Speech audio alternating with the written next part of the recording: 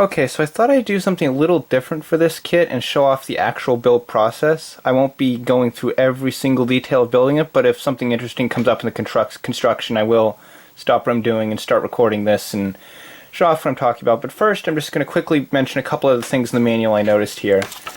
Is that this manual, they'll actually tell you what runners you're going to be using for each component of the body, and not only will they tell you what runners, they'll actually circle the areas with the parts that you're going to be using, which I think is a very clever thing that they did on this, and I wish that the newer Master Grades did that. Another thing I'm going to mention is only a small part of this manual is actually taken up by build instructions, because the majority of it is actually for the transformation. And so you come to it and you see, okay, this is that thing where they show you how the decals work. This is the transformation. Well, it's a lot more than this, because it opens up, and then it opens up, and then you turn it over, and all of this is on transforming this kit. So I am not looking forward to transforming this thing on camera, but I'm going to try to do it at least once for you guys. Obviously that'll be once I build it, so yeah, I should probably start building then. Just quickly, I'm going to go over what I usually do when I start building is I sort the runners into two piles. So in the lid over here, I have all the armor sections, and then over here, I have the bottom of the box, and in the bottom of the box, I have all the polycaps and ABS parts and frame pieces in general. I just find that sorting it that way kind of helps out, and since they tell you which parts you're going to be using for each step, I can flip over here to the head, and I can look, and I'm like, okay, I need A, C, H, K, and N. So I can fish out the A, C, H, K, and N runners and put them right at the top of the box, so they're easily accessible, which is exactly what I'm going to do. I'm going to build the head. If there's anything interesting in the assembly that you wouldn't normally see on a Master Grade kit, I'm going to kind of bring it to your attention, but if there isn't, I guess you'll see when I'm building the torso, or maybe the arms, or whenever the next time is that I see something interesting here. Okay, so one thing I chose to do here with the head is because the piece that holds the sort of forehead Vulcans is actually a separate component. I chose to put a little bit of black, or I guess this is actually a dark gray, paint on the Vulcan sections themselves with the intent of making them pop a little more. I suppose I could paint this whole section gray. In fact, I really could have cast it in gray, since this whole thing is technically part of the inner frame, but you know what? Whatever. But basically, bottom line, this should be gray. You can paint it, although I guess it won't look awful if you leave it white. It just means the head Vulcans won't pop quite as much as they should. Okay, so after I painted the gray parts on, I decided that I didn't like how they looked because I forgot the vents behind them were gray, so they ended up getting kind of lost and washed out in the detail. So I put a little bit of gold on the tips of the barrels, and I think it looks pretty good. I've taken apart and put this back together more times than I ever hoped I would, but now I got the whole head together, and one thing I'll mention is that the V-fins feel like they're made out of a slightly tougher plastic than normal. It's still polystyrene, but I wouldn't really say it's flexible, but I feel like it's a little more durable than normal, which is very good. And just like you'd expect, they pop up, and I was worried these would be on a single hinge and flopping all over the place, but nope. They just quite solidly pop up, and then you just push them back down. And it's a nice, smooth, fluid mechanism. Okay, so I've done quite a bit of work on the torso now, and I'm just going to stop for a minute to show you a couple details that you're probably never going to see once the kit's finished. First up is the little cockpit seat. It's actually got some nice sculpting on it. And second up, once I pop them in here, is the little Camille that sits inside it. Now, there's actually some really nice sculpting on this. It's just that because of the way the cockpit's designed, you're kind of never going to see it, because this is going to pop right in here. And there's to be another piece just like it on the other side, and that tiny little window is all you're going to be able to see him through. So that's all you're going to ever see of him. So I just thought I'd show him off right now, so you can see how he looks before the kit's all built up. So I got the torso and head all finished now, and I have a couple things to mention right now. First of all, something I forgot to say earlier was that I mentioned back in the unboxing that I wasn't sure what runners were ABS, and looking at the manual it seems that the 2J runners and the I runner are all ABS and everything else is polystyrene, except obviously for the polycap runner. Now, second thing I was going to talk about was, other than the fact that, you know, the cockpit opens and you can kind of see Camille in there, but again, not that well, that's why I kind of showed him off earlier, is that I've transformed this back and forth a couple times, just this component here. And I have to say the scariest part of this is that V-fin, because there is like no clearance for that when you flip this up, and it is like a barely like a perfect fit. Like these things are like brushing up against the bottom of this as you're flipping it up, and it's especially scary when you're going back down because it's so easy for them to get caught under here and just get ripped off. Hasn't happened to me yet, but every time I transform this I feel like it might be the last. Not a good feeling to have, but you know what? I'll get the rest of this done, and maybe it'll get better from here. So I've sort of dug into the arm build here for a bit, and I've been building them for a while, and I've noticed one kind of glaring flaw about this kit that isn't a huge thing, but it does kind of bug me, and that is that I have built not quite half this kit, but maybe a good quarter of it, and I have come across no undergating whatsoever. On all the newer Seed Master grades I've built, usually for small thin panels like these pieces, they'll usually undergate them so you don't have big ugly nub marks on the side. On this one, they didn't really do that, and especially on these parts back here, because the last nub mark here kind of comes up at an angle, and it's really hard to smooth it out without taking too much plastic off. And these side panels here, they really should have been undergated. And for that matter, there's a lot of big blue panels made out of that kind of blue plastic that really stresses when you cut it. And there are not a single one of these parts that I can see is undergated. Every single piece in this kit has the gates coming in from the side, which means nub marks. Nub marks everywhere. Some of them are covered up. And then you have ones like these that are right out there in the open on the side of the arm, and they look awful. Part of that's my fault for just being terrible at moving nubs, but still, I mean, that's the kind of thing that, like, on a modern kit wouldn't be a problem. Now, another thing. I noticed when I was building the upper arms that the elbow joint, so it bends, and then it bends here, and it's not quite 180, but it's pretty close. But it also bends backwards, seemingly a lot farther than it goes forwards, and I thought that I assembled it wrong, but I double-checked the instructions, and I put it together correctly. So I was wondering what I did wrong, and then I got to the part where you actually assemble the arm. And it turns out, you don't just stick them together like this, you actually stick them together like this. And then you rotate it this way. So now the arm's straight, and now it's curved up. However, it needs that extra 90 degrees in order to fully straighten the arm, and through that you actually get a little bit of lateral wiggle here. I have absolutely no idea why you'd want this. This seems to be the kind of joint slop that you'd try to avoid and not intentionally include in your kit. But it's an odd little feature they chose to include, and I have to say I wasn't quite expecting that. That's kind of an interesting thing. Not exactly something I would have expected to see in this kit, but you know what? Kind of thrown me for a loop, and I have to say this has been an interesting build so far. Interesting build. So I've moved on to building the shoulders now, and I've come across a bit of an issue, and I may just be an idiot and there's some obvious mistake here that I've completely missed, but these are the pieces that the shoulder polycap's supposed to go in. It's one of those things where, you know, you put the polycap in here, between this piece, and then you take this piece and you sort of sandwich them around. It makes a universal joint. However, this hole is not round. I don't know if you can tell by looking at it, but it's actually flat on the bottom, and this peg's completely round, and this peg has to go into this hole, and I can't figure out how to get this in without destroying the polycap. And I'm honestly not sure if this is a molding error, or if this is how it's supposed to be, because looking at the manual, it looks pretty darn round, but there's definitely a flat spot on this one, and honestly, I'm not really sure what to think about this. This might be an issue. I'm not sure if I should maybe try to shave out the bottom of this a little, see if I can round it out, see if anyone else had this issue, if it's like a general molding issue that they did a running change to correct. Maybe I should like shave down the peg on this a bit. I'm really not sure. I'll have to sort of experiment with this a bit, and then I'll get back to you if I figure something out. So, I just kind of jammed them in there, and they went in fine, because apparently just that side of the polycap was a little mushed up, so I tried to push it in. I thought it wouldn't fit, but as you can see, there's definitely a flat spot, but it doesn't seem to affect the piece at all. There's still the round hole, the round peg on the polycap went in fine, and they seem to be rotating all right, so I guess it all worked out.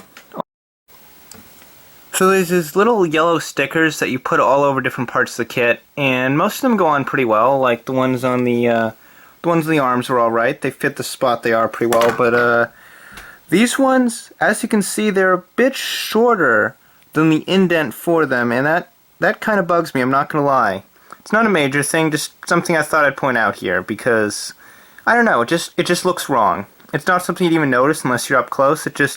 I look at this and I'm like, they couldn't have made the sticker like a 1/4 millimeter longer just to cover up that little space there? I don't know, maybe I'm just crazy. Maybe it's a really stupid minor little thing. Whatever.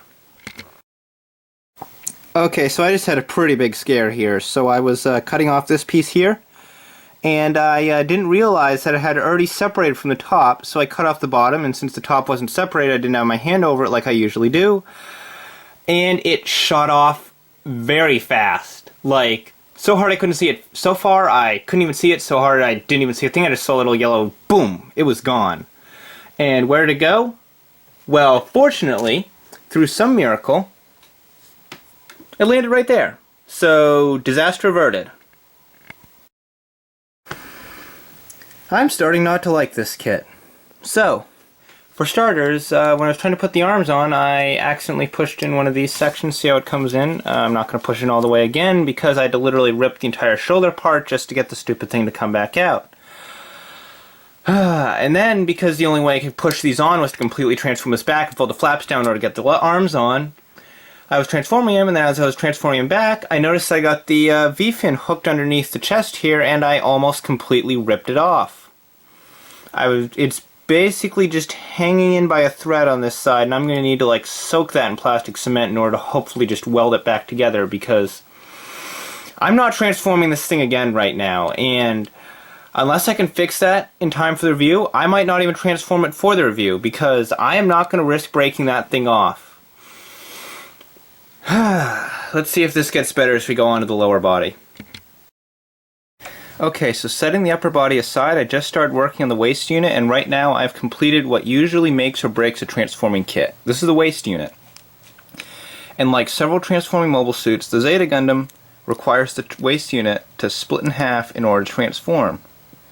Problem is, this is what usually fails on something like the Victory Gundam because of loose parts. And as you can see, this side's pretty droopy, pretty floppy. This one barely holds, but if you actually put the weight of a leg on it, there's no way it would stay up. Now, obviously, I'm going to give them the benefit of the doubt and assume these like clip in up here somehow.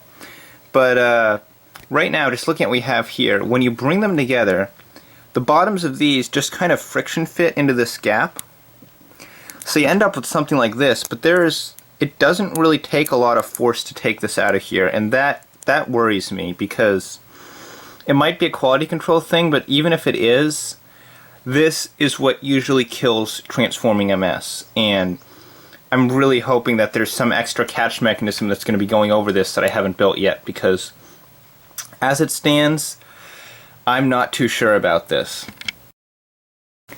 If there's one thing I hate about building Gunpla, well, it's actually a couple things that I don't like about it, but one of them is denubbing these little thruster pieces that a lot of master grades have, because they're tiny, they're round, and they're really, really, really hard to hold on to, and that makes it a pain. But I kind of got through it, and I bungled up a couple of them, but it doesn't really matter because the sides with the nub marks on them are actually facing the interior of this, so you pretty much can't see them anyway, which is nice, because there's a few parts on this kit where they do a nice job of hiding nubs, although there are other points where they probably could have done a little better job, and it still bugs me that nothing on this kit's undergated. I mean, again, they did an okay job nub mark hiding, but still, I mean, no undergating? Really? Like, none at all? Come on, Bandai. You're better than that. Well, looks like I'm happily proven wrong, because in addition to these little hip skirt holding things that I just put on and are holding on a little loosely right now, but they should stay on once I get the legs on, so I'm not too worried about that. There's one other piece that I just attached, this big elephant trunk here coming out of the front. And now, when you put these together, they're not just held together by this, they're held together by this. And judging by this clip back here, there might be another piece that comes down the back, but I kind of doubt it. But regardless, this here, this is a rock solid connection. Like, I can't pull this apart, and I think this is what they should use on all these kits like this. Like, seriously, Bandai, why didn't you have this piece on the Victory Gundam? It would have solved all its problems. But nope, you had to be lazy, didn't you? So, according to the manual, it looks like I am now done with the waist unit. Only thing left are these little side skirt parts that'll go on here, but it looks like they'll be building those in the weapons section of the manual, so those haven't come out yet. And once again, this piece tries to pop off, but again, that should be not an issue once we get the legs on. Now, front skirts here.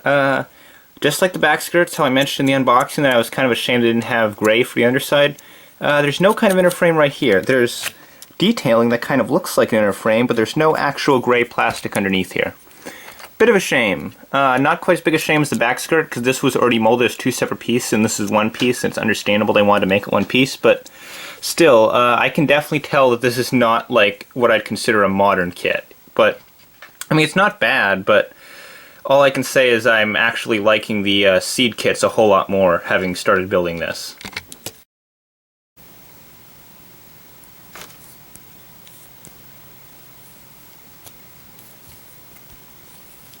I love these sliding knee gimmicks.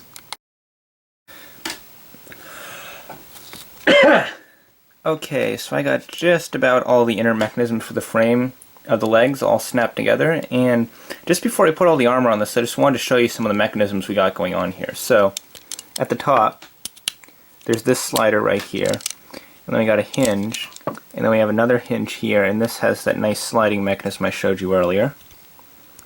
So that all rotates around. And then we have this down here, and when you push this down, it actually reveals that thruster down there here. And this thruster I actually didn't mind denubbing because it's a pretty big piece, so you have a nice gripping point. It wasn't quite as bad as those little thrusters that they have you put in the backpack. So that's not too bad. And then down here, we've actually got a nice little piston mechanism that I was going to paint silver, didn't get around to it. Probably won't do it until after I built the whole thing up. I'll go back, touch it up, put some little painted details in here and there. Maybe line it if I can find a lining mark that isn't absolute garbage. But yeah, I just thought I'd give you a quick little look at the frame here. Since I'm probably not going to take the frame off the review, I thought I'd just show it off here just so you guys can see it. There's some pretty cool detail here on these gray leg panels too. I'm probably going to go in at some point and paint those little pipes silver because they're just begging me to do it. They look like they'd be so cool if they had some color on them to help them pop, wouldn't they? I think they would. And to complete the leg, you just throw some armor on and then finally top it off with some more tiny yellow stickers that aren't the same size or shape as the holes they go in. Okay, here's another heads up for you guys. When you're putting these two pieces together, put your thumb behind this piece when you're pushing down so you don't bend this part, because otherwise, once you have that in and you pop this on here, well, now it won't exactly line up as it should when you try to push it down to here. So yeah, I'm going to have to hairdryer that or something just to straighten it out. And now, after a few relatively major hiccups, the whole body is now complete. Now, I have to say, seeing this kit in person, it has really long legs. Like, the entire leg section is significantly taller than the entire length of the body. I do not want to see what a Verco Zeta Gundam could look like. Well, I don't know, maybe this was designed by Kotoki, I'm not exactly sure. But anyway, I have to say this whole thing feels really weird and kind of rickety and very stiff compared to the other master grades I've built. Honestly, I'm not sure how I feel about it. I haven't built the backpack yet, I haven't built the weapons yet, maybe that'll change my opinion, I don't know. But honestly, right now, I'm looking at this kit as like maybe a 6 or a 7 out of 10, at like absolute best. I'm not honestly super impressed with this. Well, now that my cement's finally showed up, I guess I can fix this guy's crest. I mean, I've got the whole thing built up. I've got him into a little bit of a dynamic pose here just to test out his possibility, but I really don't want to transform again until I get this crest fixed, because it's kind of hanging in there, but I don't know if I trust that. I'm gonna have to cement that down. Well, so I got the cement on there, and it looks like it's holding pretty well. It's got a little bit of a crick in it still, but hopefully that shouldn't be too much of an issue once it dried. Okay, so I've started working the backpack now, and it's partially my fault and partially just because of how poor the nub placement is, and partially because, you know, this is that kind of blue plastic, the kind that's absolutely miserable to denub, but yeah.